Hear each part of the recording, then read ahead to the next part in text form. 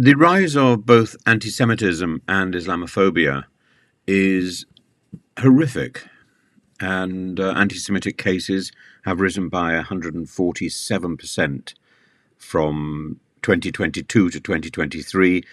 Anti-Muslim cases have risen by 335% since the 7th of October.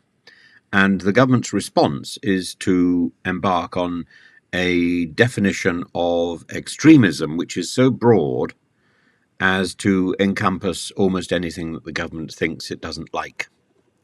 Under the terminology, let me read it.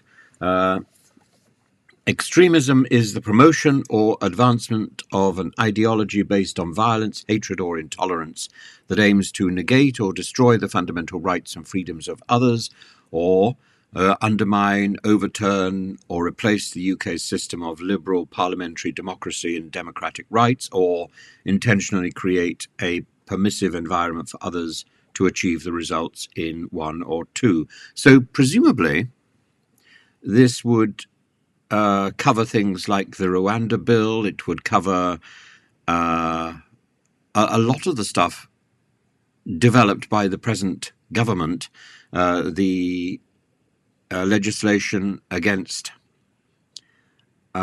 strikes, against demonstrations, the legislation against our various freedoms. This would also be covered by this very vague definition of extremism. And it you want a starting point in any law, and that should be a concept rather than a savaging of one particular group. But the concept here is so vague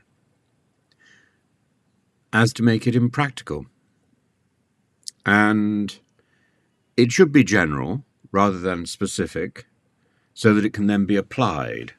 But again, if it's so general, it can be applied to anything. It can be applied by any group in power to exclude any group that it doesn't like. That's the problem with Gove's nonsense. And I think fundamentally it's a swipe at freedom of speech. And we see this very clearly in places like Russia. Simple language can be used. Clause 28, simple language, which was then revived by Putin and has become the heinous anti-GBTQ plus bill that has made life misery in Russia. Well, the Goves thing is not so far removed from that.